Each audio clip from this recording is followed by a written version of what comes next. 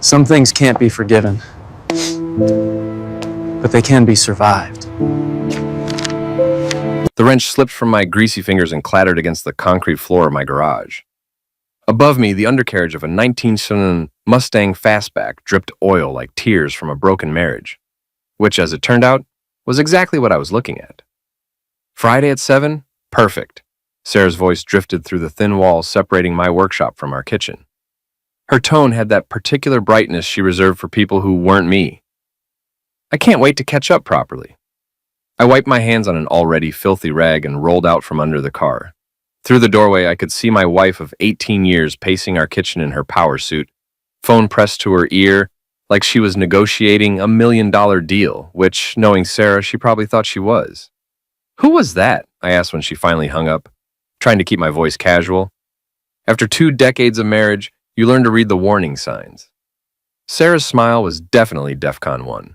"My ex-husband, Tom," she said, smoothing down her already perfect blonde hair.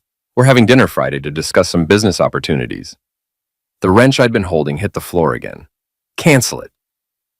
Sarah's perfectly manicured eyebrows shot up like I'd just suggested she burn down her precious marketing firm. "Excuse me? You heard me. Cancel it. I'm not comfortable with my wife having dinner with her ex-husband." She laughed, and it sounded like breaking glass. "Impossible to cancel, Jake. This is business. Important business that you wouldn't understand." Impossible to cancel. Those words hit me like a sledgehammer to the gut. In my line of work, nothing was impossible to cancel. Every bolt could be loosened, every engine could be torn apart. Every carefully constructed machine could be reduced to scrap metal if you knew where to apply the right pressure. "Try me," I said, stepping closer. "What kind of business?" Sarah's expression shifted into that patronizing look she'd perfected over the years. The one that said I was just a grease monkey who couldn't possibly comprehend the sophisticated world of corporate marketing. "Tom's company is looking for a new marketing director. The position would be perfect for me, and the salary—" She paused dramatically. "Well, let's just say it would be enough to finally get us out of this dump." I looked around our kitchen, with its worn but clean counters and the coffee maker I'd fixed 3 times because Sarah refused to buy a new one. This dump had been our home for 15 years, the place where we'd raised our daughter Emily, where we'd hosted birthday parties and holiday dinners, where we'd made love on the kitchen table during better times. "What's wrong with where we are?" I asked. "Everything, Jake. Everything is wrong with where we are." The next morning, I was under the hood of a 1970 Chevelle when my phone buzzed. A text from Sarah. "Working late tonight? Don't wait up." Working late, right. I'd heard that excuse more times than I'd changed spark plugs, which was saying something, but this time felt different. This time, the lie came with a name attached, Tom. I'd met Tom exactly once, at Emily's high school graduation 2 months ago. He was the kind of man who wore $1,000 suits to outdoor ceremonies and somehow never sweated. The kind of man who shook hands like he was closing a deal and looked at my calloused fingers like they might be contagious. "So you're the mechanic," he'd said, managing to make my profession sound like a communicable disease. "Auto restoration specialist," I'd corrected, but he'd already turned away to air-kiss Sarah's cheek. Now, apparently, he was her ticket to a better life. A life that didn't include grease-stained work shirts or the smell of motor oil. A life that didn't include me. By Thursday, I'd made my decision. If Sarah wanted to play games, I'd play along. But I'd be playing by my rules. I closed the shop early and drove to Radio Shack, where a pimply-faced kid sold me a GPS tracker small enough to fit in my palm. "For keeping track of my tools," I told him, which wasn't technically a lie. Sarah had become a tool, just not the kind I usually worked with. That evening, while Sarah was in the shower preparing for what she called just dinner with an old friend, I slipped into the garage and attached the tracker to the undercarriage of her BMW. The irony wasn't lost on me. I'd bought her that car for our 15th anniversary, back when I still believed in impossible things like forever. Friday night arrived with all the subtlety of a freight train. Sarah emerged from our bedroom looking like she'd stepped off a magazine cover, wearing a black dress I'd never seen before, and perfume that definitely wasn't from the pill store. "Don't wait up," she said, kissing my cheek with lips that tasted like lies. "Wouldn't dream of it," I replied, already pulling up the GPS app on my phone. The tracker showed her heading downtown, past the business district, past the restaurants where we used to celebrate anniversaries, straight to the Marriott Hotel on 5th Street. She parked in the garage and stayed there for exactly 4 hours and 17 minutes. Business meeting, my A. I didn't sleep that night. Instead, I sat in my workshop, staring at the GPS data and wondering when exactly my marriage had become a demolition project.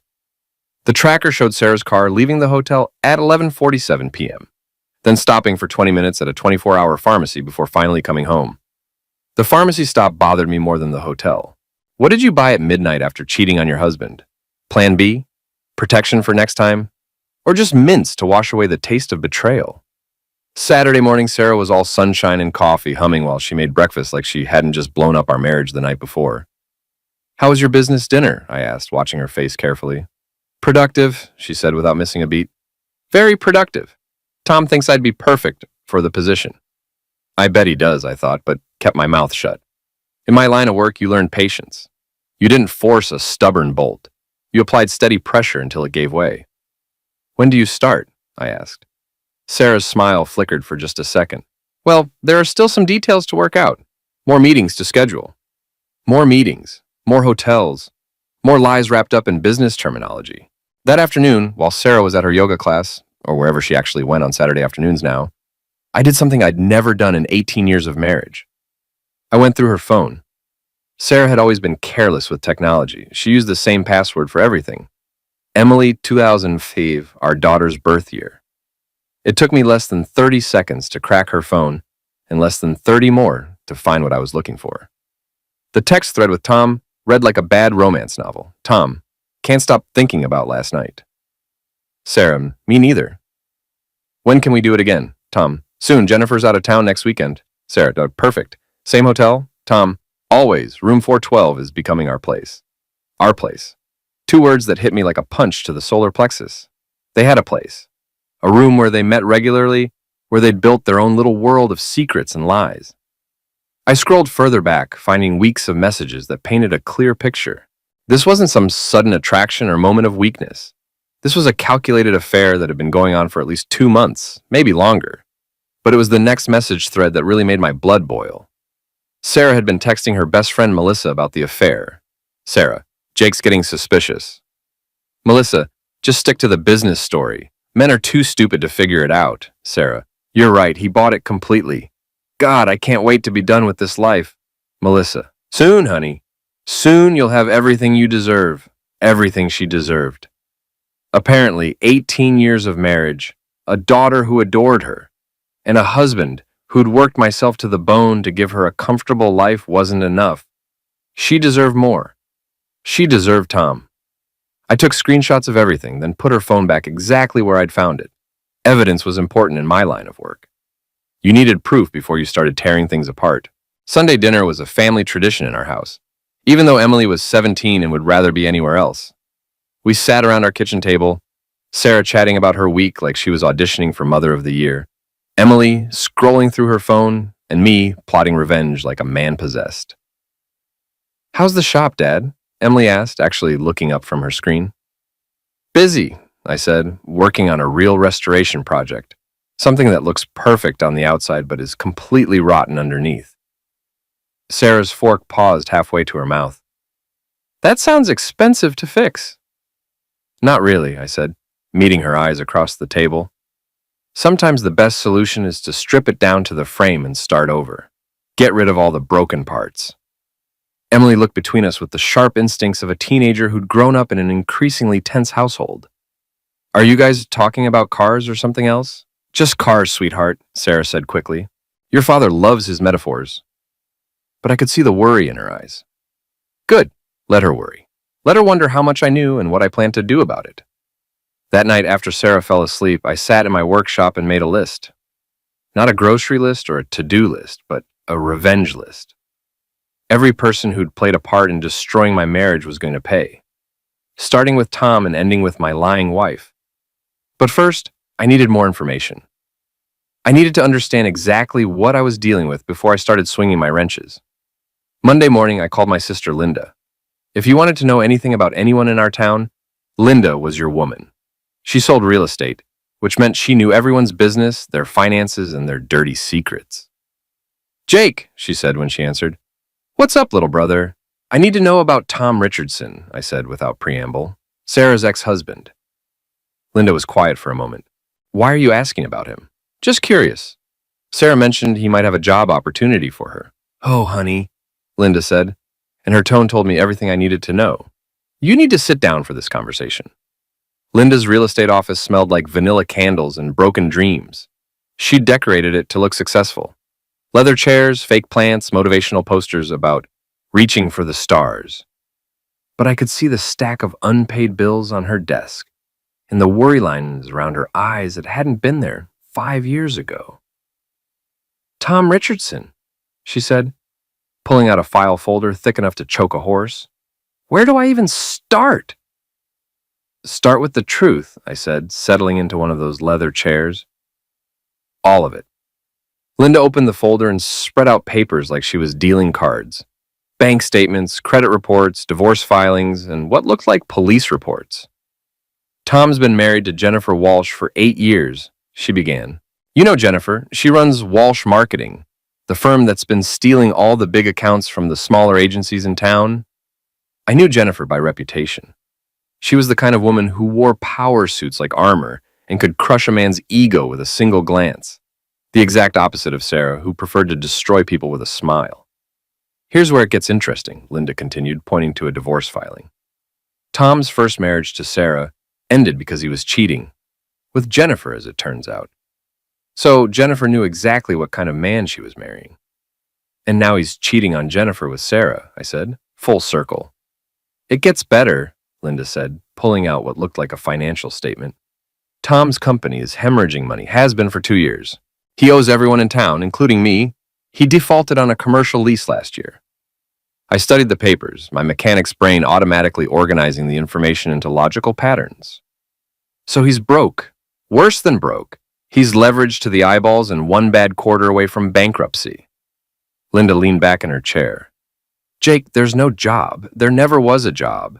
Whatever Tom's telling Sarah, it's not about employment opportunity. The pieces started falling into place like parts in an engine rebuild. Tom wasn't offering Sarah a job. He was using her. But for what? What about Jennifer? I asked. Does she know about the affair? Linda's smile turned predatory. Not yet, but Jennifer Walsh doesn't strike me as the type of woman who'd take kindly to being made a fool of twice. I gathered up the papers and handed them back to Linda. I need you to do me a favor. Name it. I need you to arrange a meeting with Jennifer Walsh. Tell her I have information about her husband that she needs to hear. Linda raised an eyebrow. You sure you want to go down this road, Jake? Once you open this can of worms, there's no putting them back. The can's already open, I said, standing up. I'm just deciding who gets eaten by the worms. That evening, Sarah announced she had another business meeting with Tom on Wednesday. She delivered this news while folding laundry, as casual as if she were discussing the weather.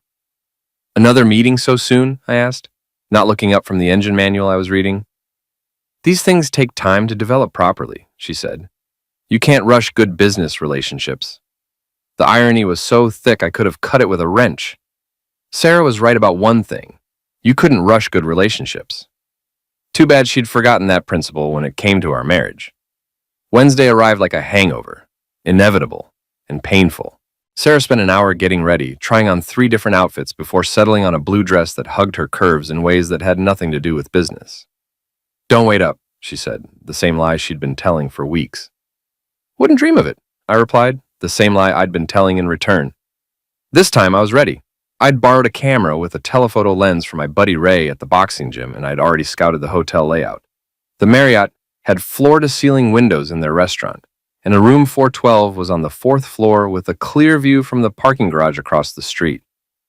I got to the hotel 30 minutes before Sarah's car appeared on my GPS tracker. She parked in her usual spot and walked into the lobby like she owned the place. 15 minutes later, Tom's silver Mercedes pulled up to the valet stand. From my position in the parking garage, I had a perfect view of the hotel restaurant. Sarah and Tom sat at a corner table, and their body language told a story that had nothing to do with employment negotiations. She leaned in when he talked, touched his hand across the table, and laughed at everything he said like he was the funniest man alive. After an hour of what was obviously foreplay disguised as dinner, they left the restaurant together. The elevator took them up, and 20 minutes later, the lights came on in room 412. I took pictures of everything. The dinner, the hand-holding, Tom's car, the hotel receipt I found in the parking lot with his name on it. Evidence for the case I was building. But the real evidence came when I checked Sarah's phone the next morning. She'd been sloppy again, leaving it on the kitchen counter while she showered. The text from Tom was waiting for me like a gift. Last night was incredible. Jennifer leaves for Chicago on Friday. We'll have the whole weekend. The whole weekend. While I worked in my shop, trying to keep my small business afloat, my wife was planning a romantic getaway with her ex-husband. But Tom had made a mistake.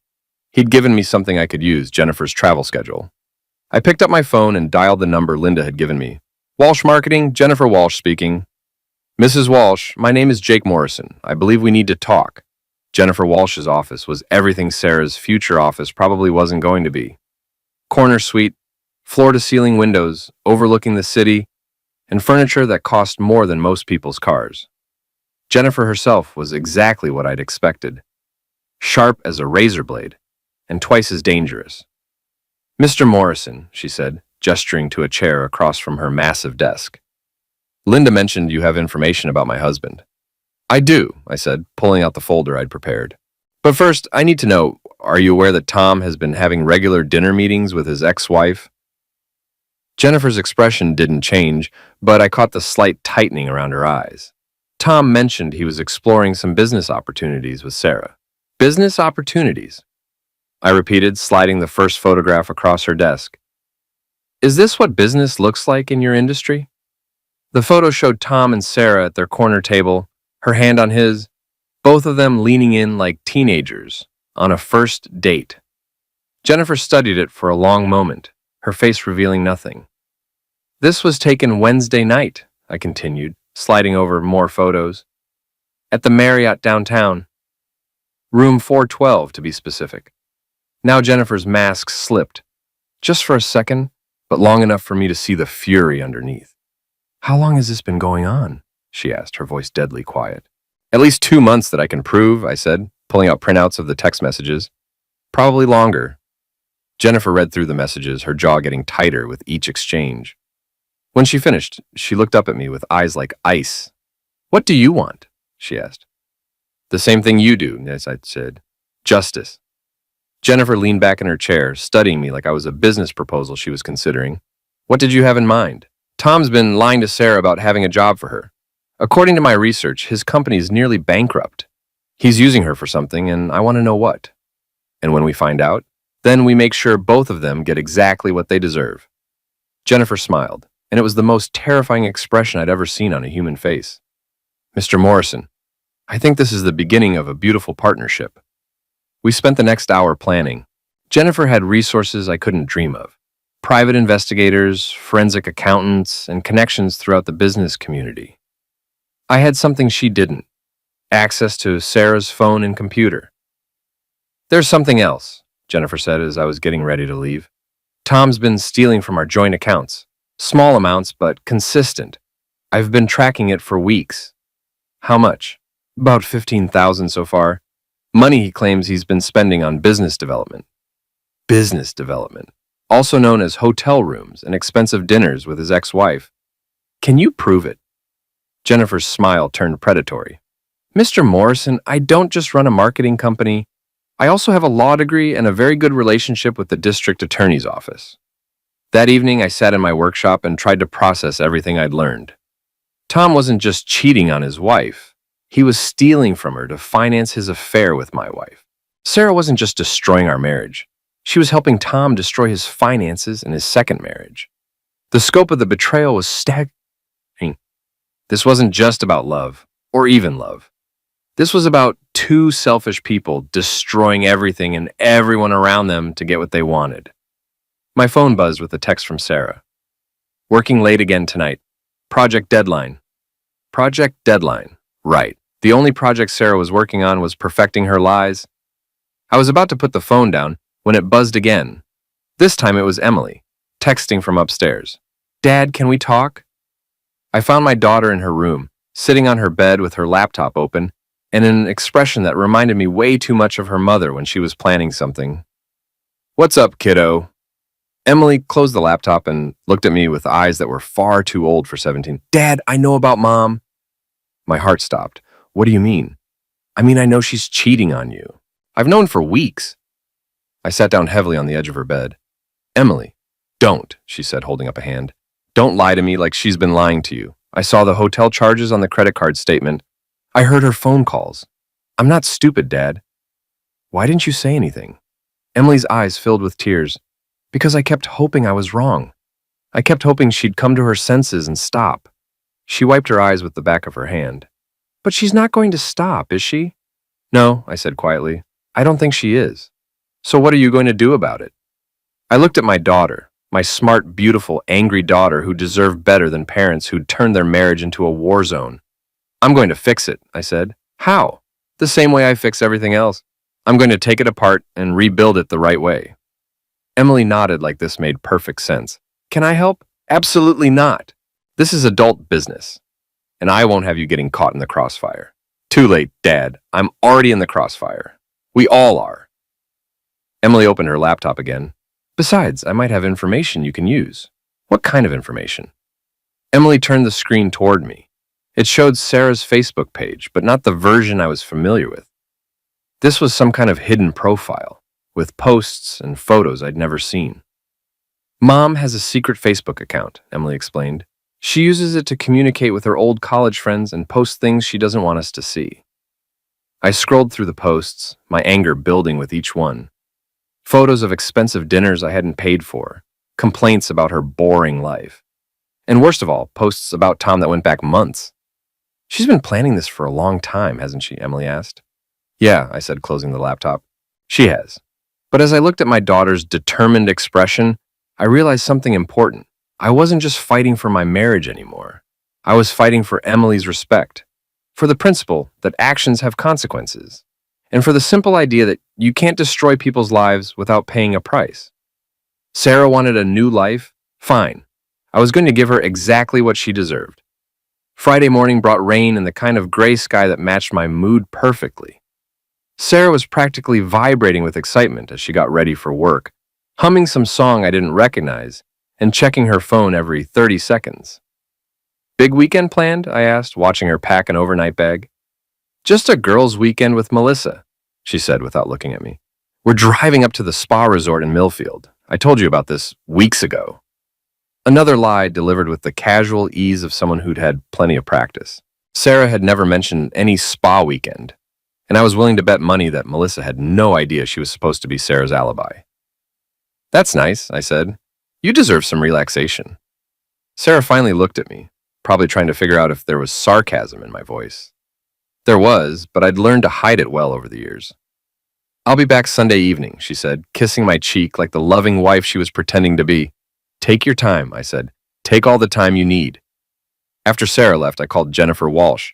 It's happening, I said when she answered. This weekend, Tom thinks you're in Chicago, and Sarah thinks she's going to a spa. Perfect, Jennifer said. Are you ready for phase 2? Phase 2 was Jennifer's idea, and it was brilliant in its simplicity. Instead of confronting them directly, we were going to let them dig their own graves deeper before we buried them in the consequences.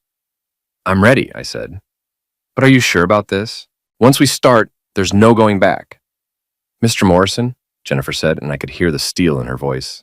I stopped believing in going back the moment I saw those photos. Now it's time for both of them to learn that actions have consequences.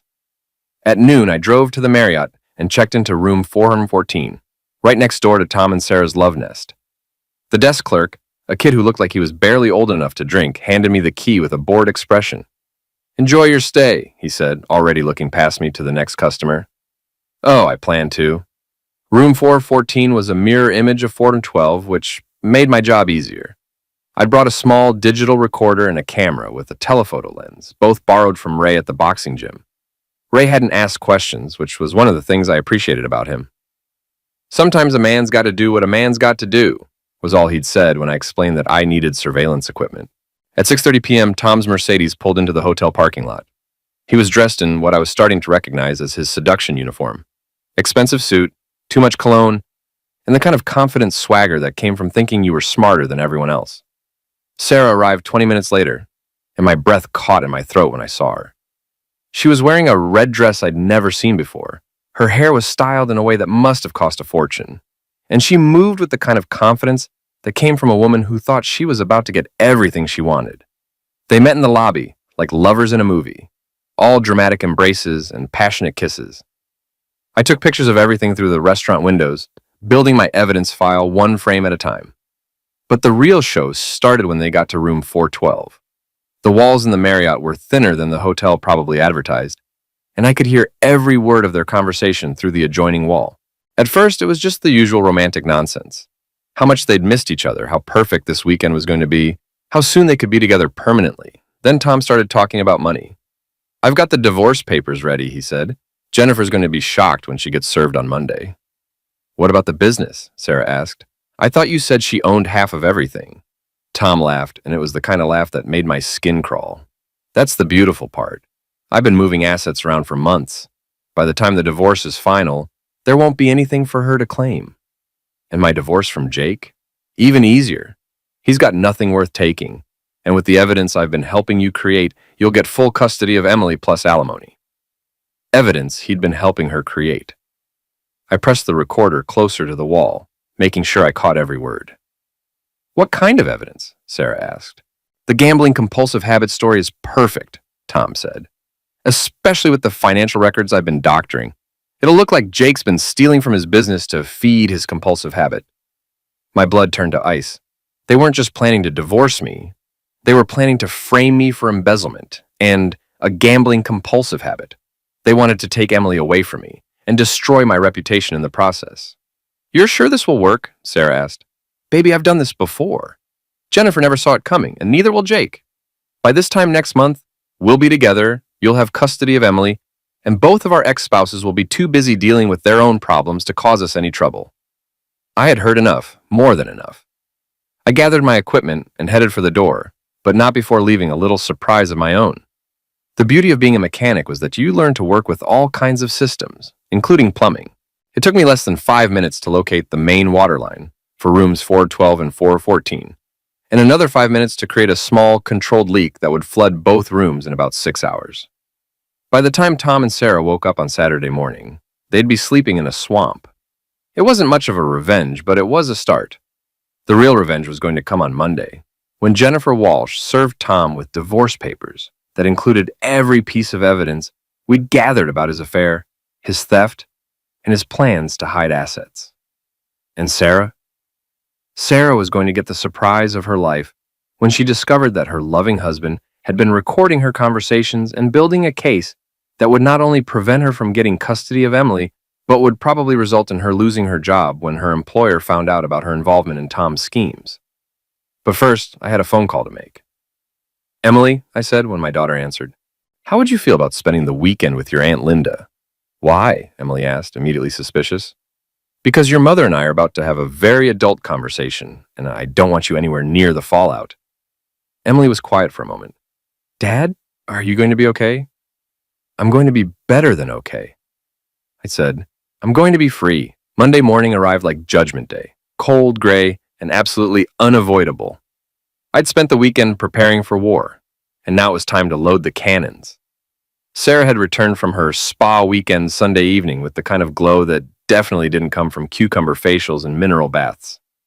She'd been chatty and affectionate, probably feeling guilty about her weekend of lies, but I'd played along like the devoted husband she thought I was. "How was your weekend?" she'd asked, curling up next to me on the couch like we were still the couple we used to be. "Quiet," I'd said. "Gave me time to think about our future." "Oh, what kind of thoughts?" "Just wondering what changes might be coming our way." Sarah had smiled and squeezed my hand. "Good changes, Jake. Really good changes." She had no idea how right she was. Monday morning, Sarah left for work at her usual time, humming that same song she'd been humming all weekend. She kissed me goodbye and told me she loved me, and for just a moment, I almost felt sorry for what was about to happen to her. Almost. At 9 a.m. sharp, I walked into the offices of Walsh Marketing. The receptionist, a young woman with nervous eyes and too much makeup, looked up at me like I might be there to rob the place. "Can I help you?" she asked. "Jake Morrison to see Jennifer Walsh," I said. "She's expecting me." Jennifer's office was buzzing with activity. She had 3 people in suits sitting around her conference table, and they all looked like the kind of lawyers who charged by the minute. "Gentlemen," Jennifer said when I walked in, "meet Jake Morrison. Jake, these are my attorneys." The lead attorney, a thin man with silver hair and predatory eyes, stood up and shook my hand. "Mr. Morrison, Mrs. Walsh has filled us in on the situation. We're ready to proceed whenever you are." "I'm ready," I said, pulling out the recorder and the stack of photographs I'd compiled over the weekend. "I've got everything we need." For the next hour, we went through the evidence piece by piece. The photos of Tom and Sarah at the hotel, the text messages, the recordings of their conversations, and most importantly, the recording of their plan to frame me for embezzlement and steal custody of Emily. "This is excellent work," the lead attorney said when we finished. "More than enough for both divorce proceedings and potential criminal charges." "Criminal charges?" I asked. "Conspiracy to commit fraud, for starters," Jennifer explained. "Tom's plan to hide assets and frame you for embezzlement crosses several legal lines." "What about Sarah?" "Accessory to fraud, conspiracy, and depending on how deep her involvement goes, potentially embezzlement herself if she's been helping Tom move money around." I felt a grim satisfaction settle in my chest. Sarah wanted a new life? She was about to get one, complete with legal fees, criminal charges, and a reputation that would make her unemployable in our small town. "When do we move?" I asked. "Now," Jennifer said, standing up.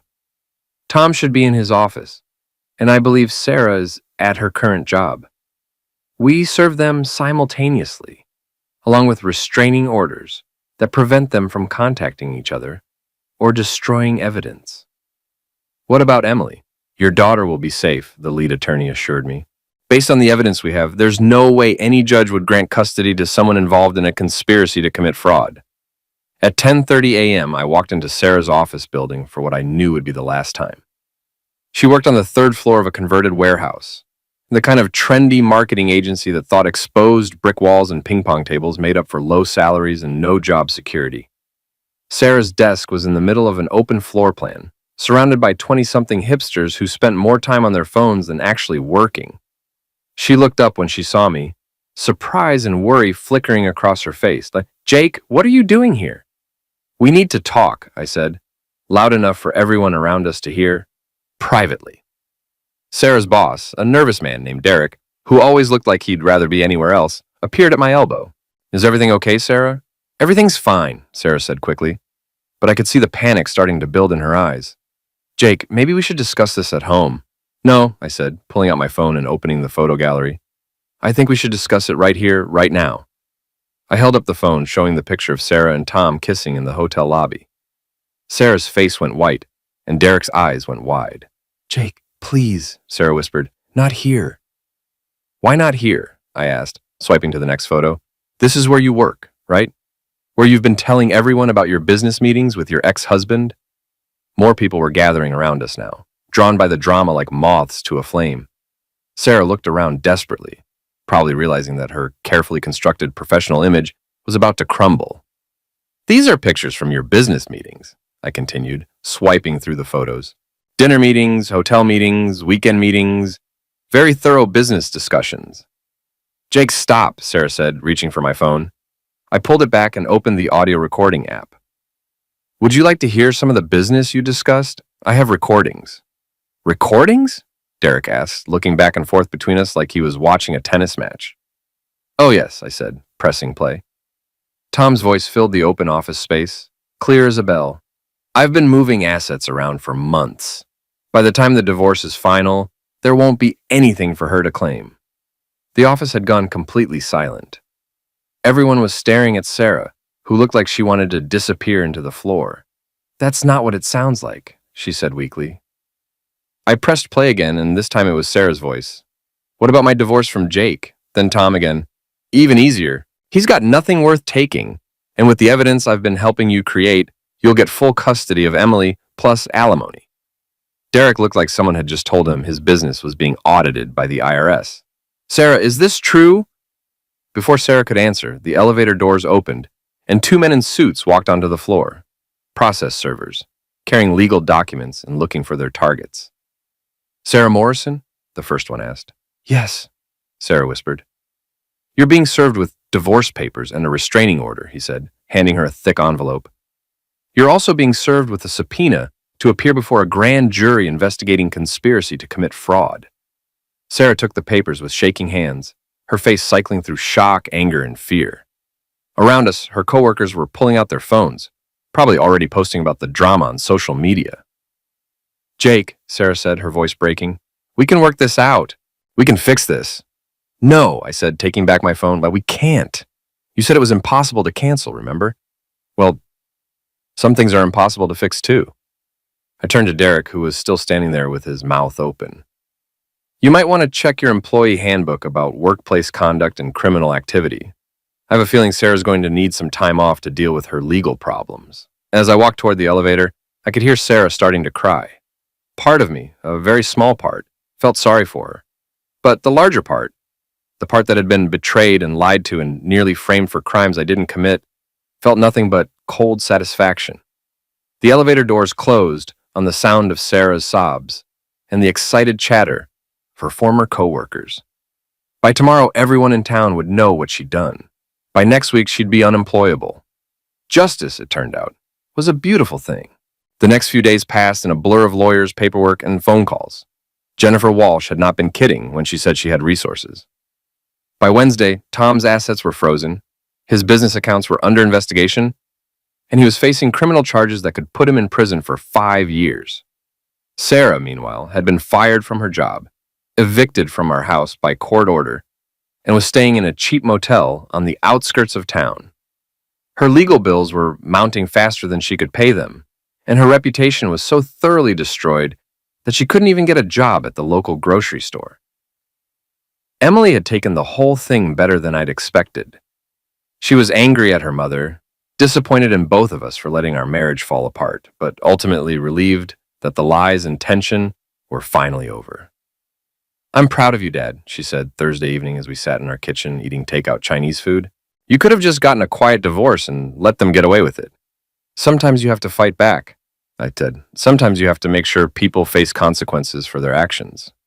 What's going to happen to Mom? It was a fair question, and one I'd been thinking about a lot. I don't know, I admitted. That depends on the criminal charges and how much she was actually involved in Tom's schemes. Do you think she'll go to prison? Maybe. Probably not for long, but maybe. Emily nodded thoughtfully. Good, she said finally. She deserves whatever happens to her. My daughter's coldness toward her mother worried me a little, but I understood it. Sarah had betrayed all of us, not just me.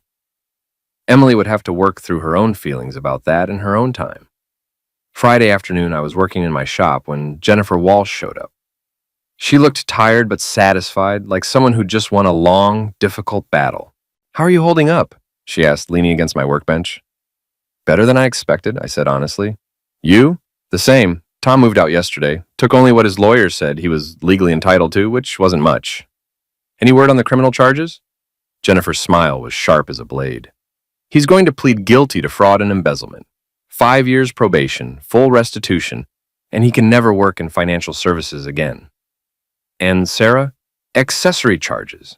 She'll probably get 2 years probation and community service, but her legal career is over. No one's going to hire someone who was involved in a fraud conspiracy. Legal career? I stared at Jennifer in confusion. Sarah doesn't have a legal career. She works in marketing. Jennifer's expression shifted to something like surprise. Jake, Sarah has a law degree. She passed the bar exam 3 years ago, didn't you know? The wrench I'd been holding clattered to the floor. What? She's been working as a paralegal while building up her client base. That's how she met Tom. Through a legal referral network. The pieces of the puzzle suddenly rearranged themselves in my mind. Sarah wasn't just some bored housewife having an affair. She was a lawyer who'd been planning this whole thing from the beginning. The business meetings, the job offer, the plan to frame me for embezzlement. It had all been carefully calculated legal strategy. She played me, I said, more to myself than to Jennifer. She played all of us, Jennifer corrected, but she made one critical mistake.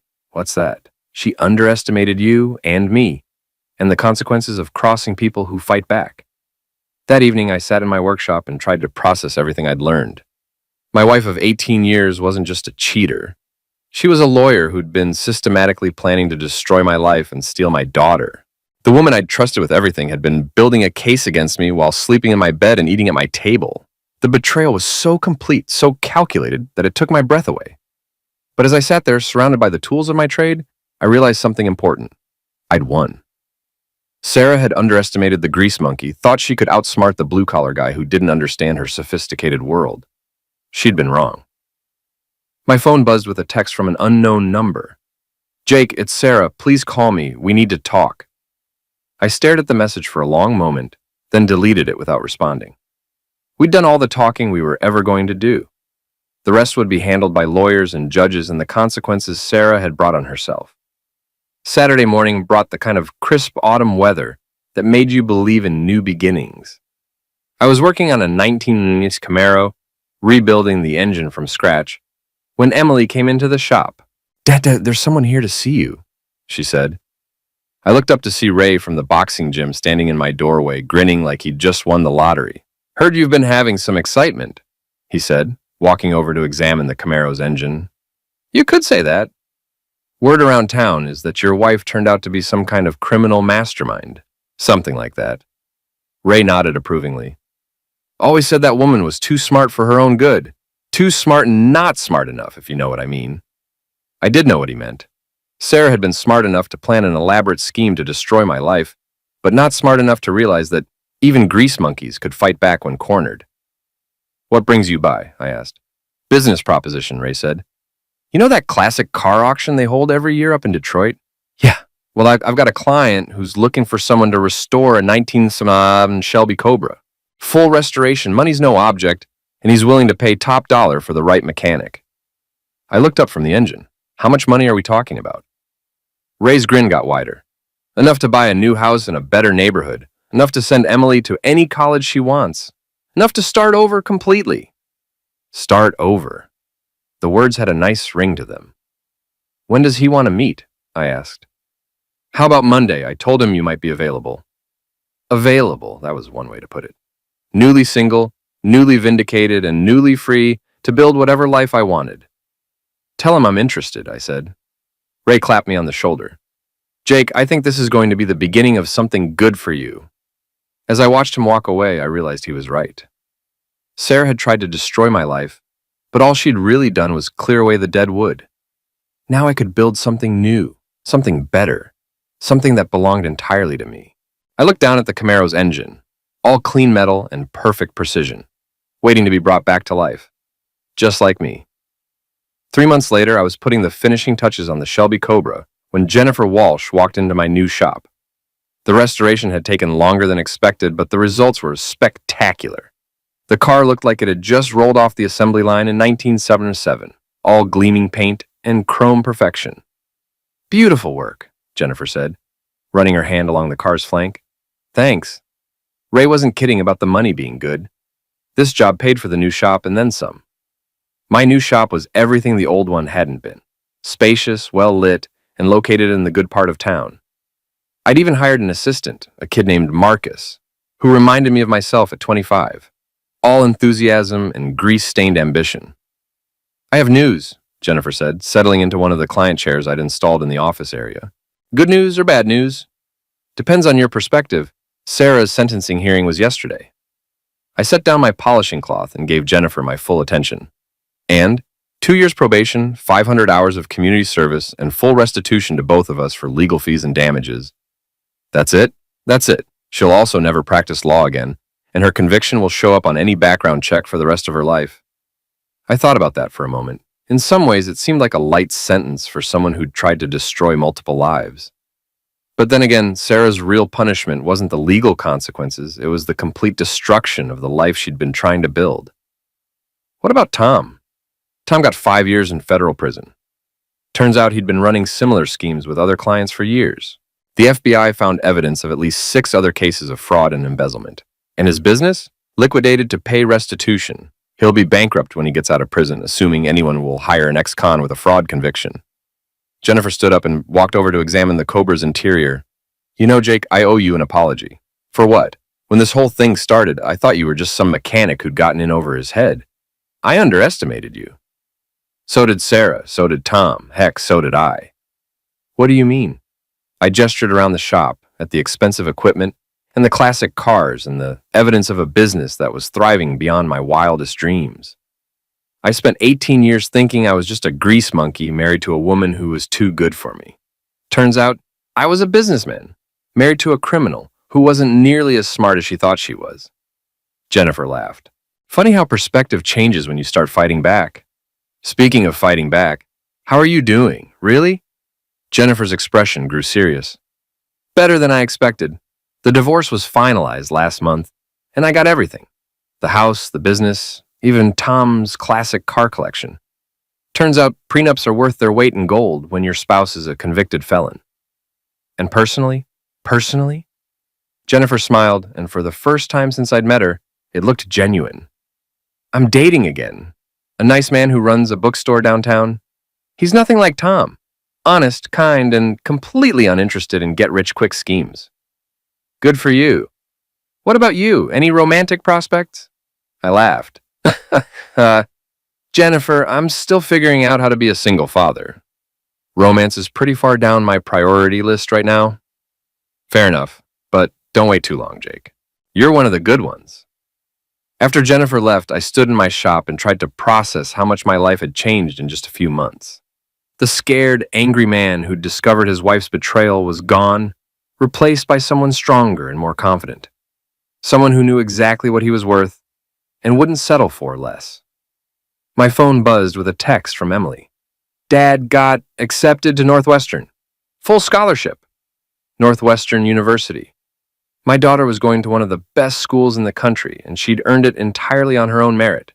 No help from her mother's legal connections, no favors from Tom's business network, just pure talent and hard work. I texted back, Congratulations, I'm so proud of you. Emily's response came immediately. Thanks, Dad, for everything. I know this year has been hard, but you handled it perfectly. Mom got exactly what she deserved. My 17-year-old daughter had summed up the entire situation in 6 words. Sarah had wanted a new life, and she'd gotten one. Just not the one she'd planned. Instead of being the wife of a successful businessman, she was a convicted felon working at a call center and living in a studio apartment. Instead of having custody of Emily, she had supervised visitation rights that Emily rarely chose to exercise. Tom had wanted to be free of Jennifer and rich from his schemes, and he'd gotten freedom all right. The freedom of a federal prison cell and a future that included bankruptcy and unemployment. And me? I'd gotten something I hadn't even known I wanted. Self-respect, financial success, and the knowledge that I could handle anything life threw at me. That evening, I was closing up the shop when I found an envelope that had been slipped under the door. My name was written on it, in handwriting I recognized all too well. Inside was a single sheet of paper with a short message. Jake, I know you'll never forgive me, and I don't blame you. I destroyed everything good in my life because I thought I deserved more than what I had. I was wrong about everything, and especially about you. You're a better man than I ever deserved, and Emily is lucky to have you as her father. I'm sorry. Sarah. I read the letter twice, then walked over to the trash can and dropped it in. Some apologies came too late to matter, and some bridges couldn't be rebuilt once they'd been burned. Sarah was right about one thing, though. I would never forgive her. Not because I was bitter or angry, but because forgiveness implied that what she'd done was forgivable. Trying to destroy someone's life, steal their child, and frame them for crimes they didn't commit wasn't a mistake or a moment of weakness. It was a choice, a series of calculated decisions that revealed exactly who Sarah really was. I turned off the lights in my shop and headed home to the house I'd bought with the money from the Cobra restoration. It was smaller than the old house, but nicer, in a better neighborhood, with a workshop in the garage, and enough space for Emily to have friends over when she came home from college. As I drove through the quiet streets of my town, I thought about the conversation I'd had with Ray the day before. He'd offered me a partnership in his gym, said he was getting too old to run the business side and needed someone he could trust. Think about it, he'd said. You've got the business sense, I've got the boxing knowledge. Together we could build something really special. A boxing gym and a classic car restoration business. It wasn't the life I'd planned when I married Sarah 18 years ago, but it was a good life, an honest life, a life built on my own terms. I pulled into my driveway and sat in the car for a moment, looking at my house with its warm lights and neat lawn. This was what winning looked like. Not revenge or destruction, but the simple satisfaction of building something better from the ruins of what came before. Sarah had said it was impossible to cancel. She'd been wrong about that, just like she'd been wrong about everything else. Some things weren't just possible to cancel, they were necessary to cancel, so you could start over and build something worth keeping. I got out of the car and walked toward my front door, leaving the past behind me where it belonged.